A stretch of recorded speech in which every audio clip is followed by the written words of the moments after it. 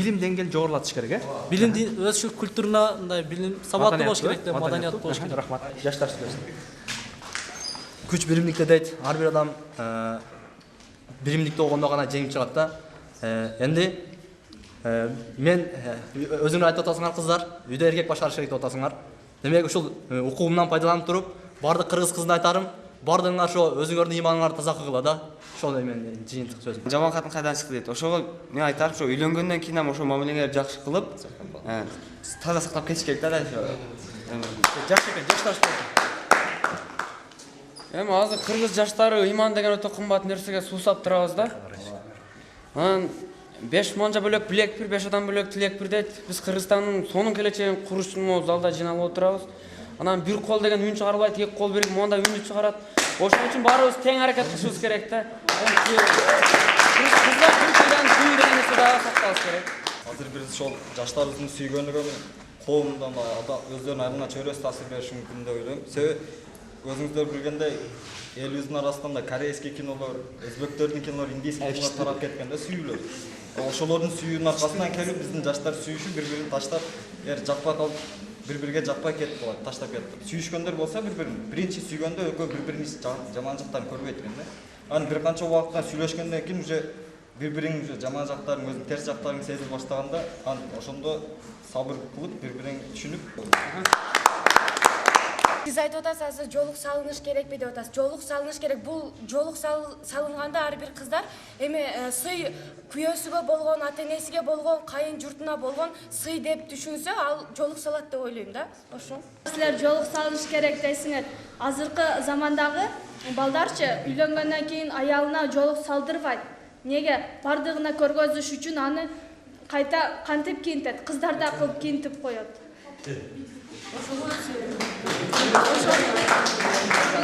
Кыз мейлем күйөөгө турмушка чыкты. Турмушка чыккандан кийин да карасаң, оромой дагы эле жабышкан нерселер кийип көрүнүп жүрөт да. Андан мен буга түшүнбөйм да, эмне болушу мүмкүн? Эми ушундай көчөгө чыгып бирөөлөргө көрүнөбү же күйөөсү үчүн жасанабы же ким үчүн, мен ушуга эч түшүнбөйм да.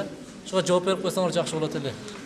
Эмнерде азыр жолу орунса, эч ким карабай койбой, жолу орунбой чачын жазып жүрсө, баары карайт деп ататчы. Ошол баарын каратып чачын жазып жүрөйүн деген оюң менен эмнени түшүндүрөйүн деп атасың. Ушул жерде кыздарга бир суроо да, жалпы эле кыздар вообще силерге. Силер үчүн сүйүү күчтүүбү, намыс күчтүүбү? Намыс. Үй бүлө курууда биринчи очередте ошо үй бүлөнү туруктуу бекемдүү болуш үчүн жигитте да кызда да иман болуш керек. Имандуу адамдар эч качан жаман жолго жүрбөйт.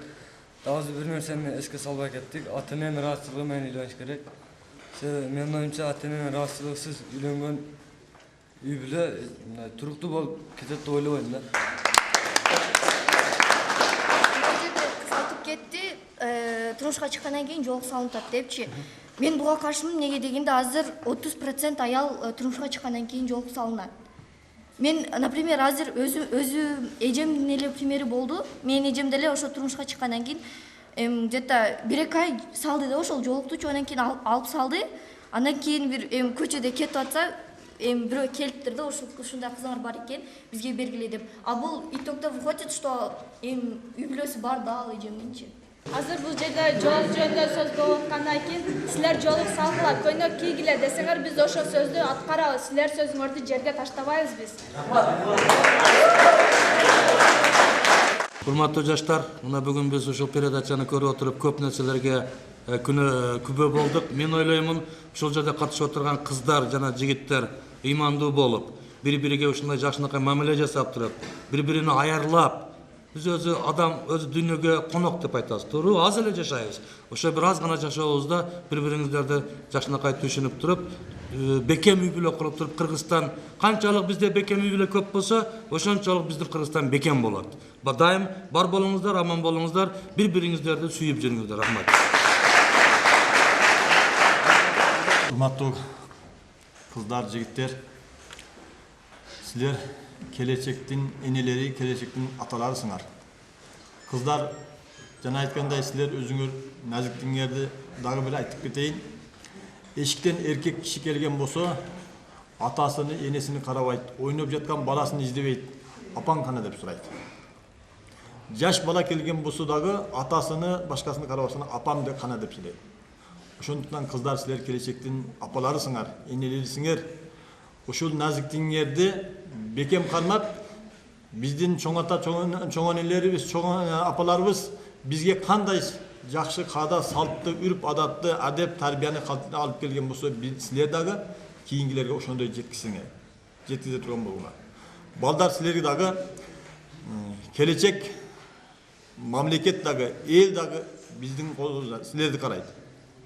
Ошондуктан силер үлгүлүү болуп, мекенди коргоп, элиңерге кызмат кыла турган болуп, анан жанагындай айтышкан сөздөрдү өзүбүздө болсун. Башка бирөөлөрдү сындаштан алдың, өзүбүздү дагы карап өтөйлү.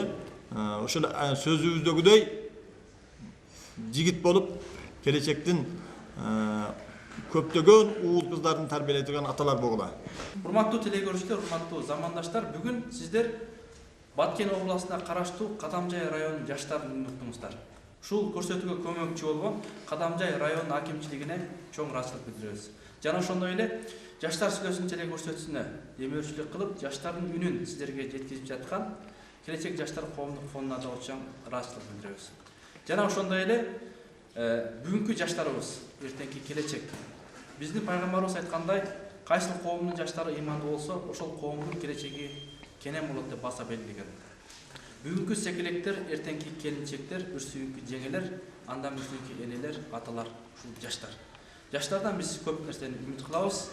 Кийинки эфирден жолугушканга чейин сиздер менен айла жок. Коштошом, кайыр, салам алейкум.